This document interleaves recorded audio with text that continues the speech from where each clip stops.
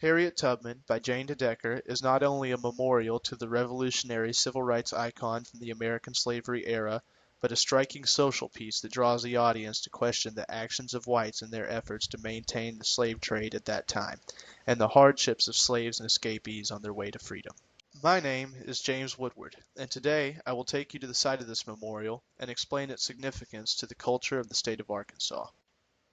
Harriet Tubman was commissioned, along with 5 other statues, for the opening of the Clinton Presidential Library in Little Rock in 2004. The opening was scheduled close to Abraham Lincoln's birthday, and it was determined that a memorial to the battle to end slavery would be appropriate for the opening. The statue was placed with the others initially to form an outdoor gallery outside the library, before it was moved to the entrance of the Clinton Memorial Park on the Arkansas River. The artist, Jane DeDecker, studied sculpting at a number of institutions.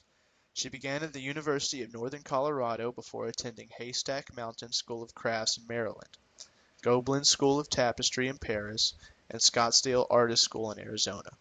After her education, DeDecker served multiple apprenticeships before earning a job at Battle Mountain Bronze in Minturn, Colorado. Since 1988, DeDecker has been a self-employed sculptor and has stayed busy with commissions. She has a vast portfolio of work consisting mainly of sculptures. Harriet Tubman is a representational portraiture-style bronze sculpture. Tubman is accompanied by a young child. Tubman is stepping forward, creating a sense of movement. The young boy holds her hand as he follows her, establishing balance to Tubman's intense forward motion. He looks up to her with visible admiration. At the base of the statue rests a plaque which reads, "Children, if you're tired, keep going. If you're hungry, keep going. If you're scared, keep going. If you want a taste of freedom, keep going." Tubman's face is sculpted with intense, weathered lines, with a furrowed brow and a comfortable smile. The boy has a heavily wrinkled forehead, and both appear to have endured extreme elements and discomfort. Nonetheless, the smile on both the boy's and Tubman's face insinuate an intense perseverance. The clothes are worn and heavily wrinkled as well. Tubman uses a crooked walking stick in her right hand to assure her stride and balance the sculpture, as most of the action takes place on Tubman's left. The sculpture maintains a realistic style. The figures are proportional and realistic in their body structure. The drama and emotion is derived from the subtle interaction between the two characters and not from some epic depiction of a battle or supernatural event. It can be argued that Harriet Tubman was formed in an iconographic manner. The information that DeDecker gathered had to be developed from histories, as its conception followed Tubman's death by at least 100 years. It is important to note that while a large portion of iconographic works are derived from fiction, that a large portion is also derived from perceived history. The image of Tubman is derived from the stories of Tubman leading countless slaves to their freedom.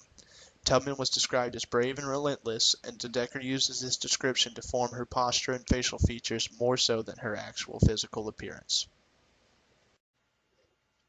DeDecker's sculpture fits most easily into the post-conceptualism return to realism. While DeDecker does not focus on super-realism, she maintains the realist style that has become increasingly rare outside of public memorials. She was directly influenced by her teacher, George Lundeen, a naturalist under whom DeDecker served her apprenticeship. Indirectly, DeDecker utilizes the Baroque style of sculptures, focusing more intensely on the actions performed by the figures instead of physical perfection. DeDecker's Harriet Tubman causes me to question my family history. Many of my ancestors on my father's side were slave owners. As a child, I bragged to my friends that I descended from Confederate President Jefferson Davis. I used to play hide and seek in the slave bunkhouses that still stand on the family plantation.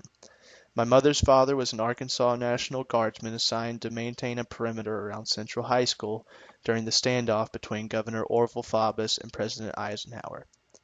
When the school was ordered to desegregate in 1957, his charge was to help prevent 9 black students from entering the premises. I, along with many other whites, have an emotional disconnect from the events that took place up until about 50 years ago.